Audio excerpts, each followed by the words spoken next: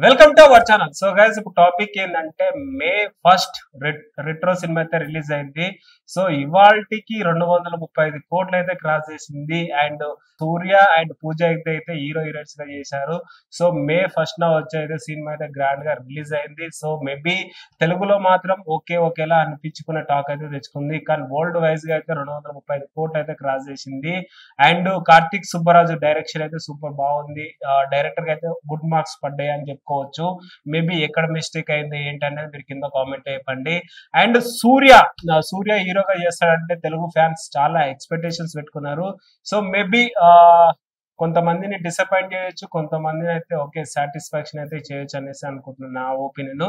కానీ next cinema కూడా ఒక డిఫరెంట్ కాన్సెప్ట్ అయితే రాబోతున్నాడు సూర్య.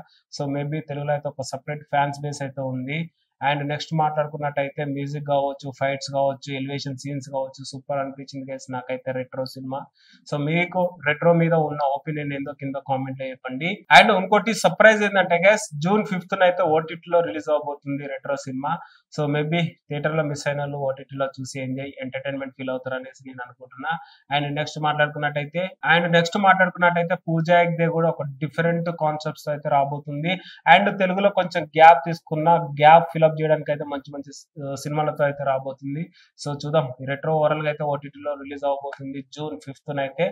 సో మేబీ థియేటర్ లో మిస్ అయిన వాళ్ళు ఓటీటీలో చూసి ఎంజాయ్ చేస్తారు అనేసి అనుకుంటున్నాను. That's it guys, thank you so much.